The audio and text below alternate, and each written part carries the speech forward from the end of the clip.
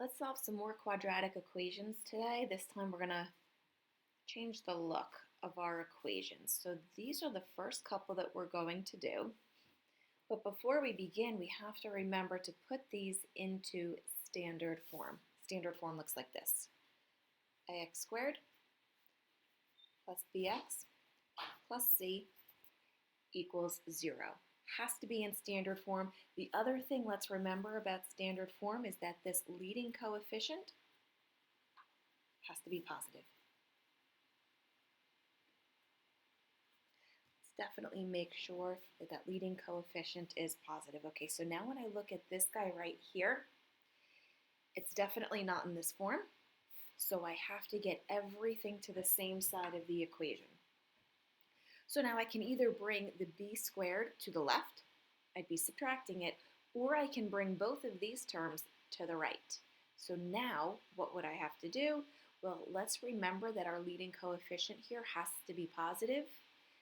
As I look at my b squared term, it is positive. Leave that term where it is. This is the term that decides which side of the equation you're going to be on, and honestly, it doesn't matter. It ends up being the same thing. But we are going to bring everything to the right side because that's where my square term is positive. So I'm going to minus the 4b and minus 5. And then I'm going to also remember that it has to be in standard form. So I want my square term, then my x, then my number.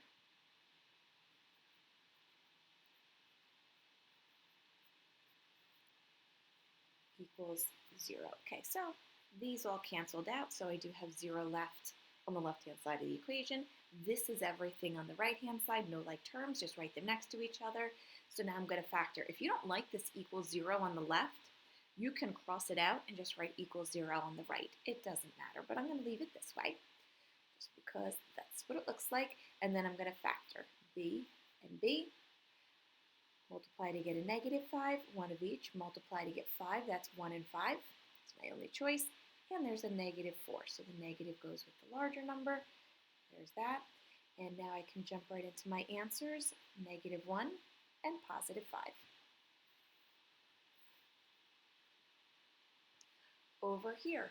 So now, again, it is not in standard form. I have to get everything to the same side of the equation, make it equal to 0 before I factor, and my square term has to be positive.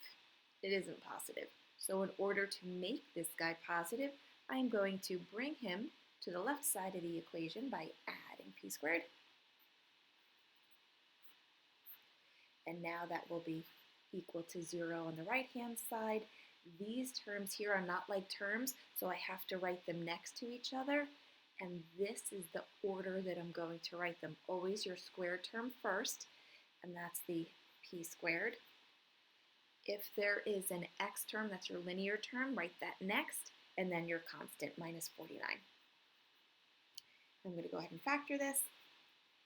P plus 7, p minus 7. And my two answers are negative 7 and positive 7. In the order that you write the answers doesn't matter. So I'm going to kind of do a mix of, writing my answers as listing them. It's kind of less writing. Okay, so let's move down here. These are the things that we have to kind of go through in our head as we're solving quadratic equations. Remember that we always want it to be equal to 0.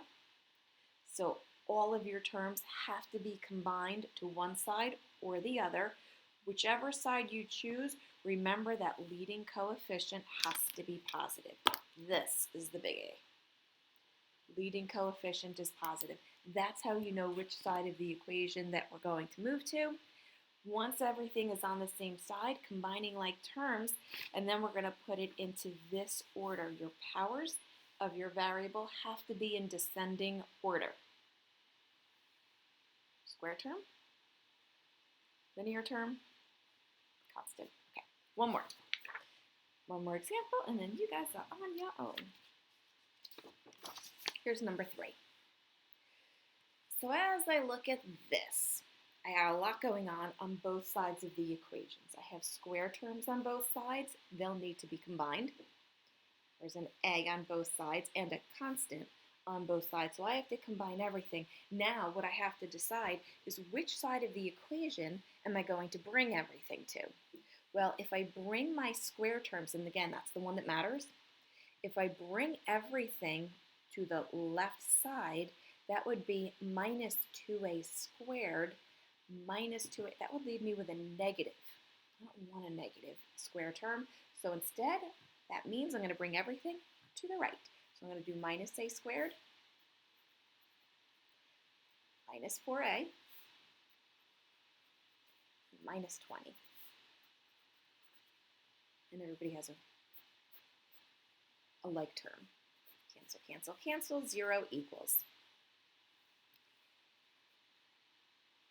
Put the 1 there if you like it. That's going to be 1a squared. I never write the 1. It'll look funny when you go and factor. So there's your a squared plus 3a minus 40. Okay. So now I'm going to factor. 3 terms, no leading coefficient, or it's 1, so a in the beginning of each. Multiply to get a negative, plus and minus. Multiply to 40, subtract and get 3. Go through the factors of 40 in your head. I think 5 times 8 will multiply to 40 and subtract to give me 3. Positive. So positive goes with the larger number, minus with the smaller. 5 and 8. Opposite, opposite. And a is equal to negative 8 and positive 5.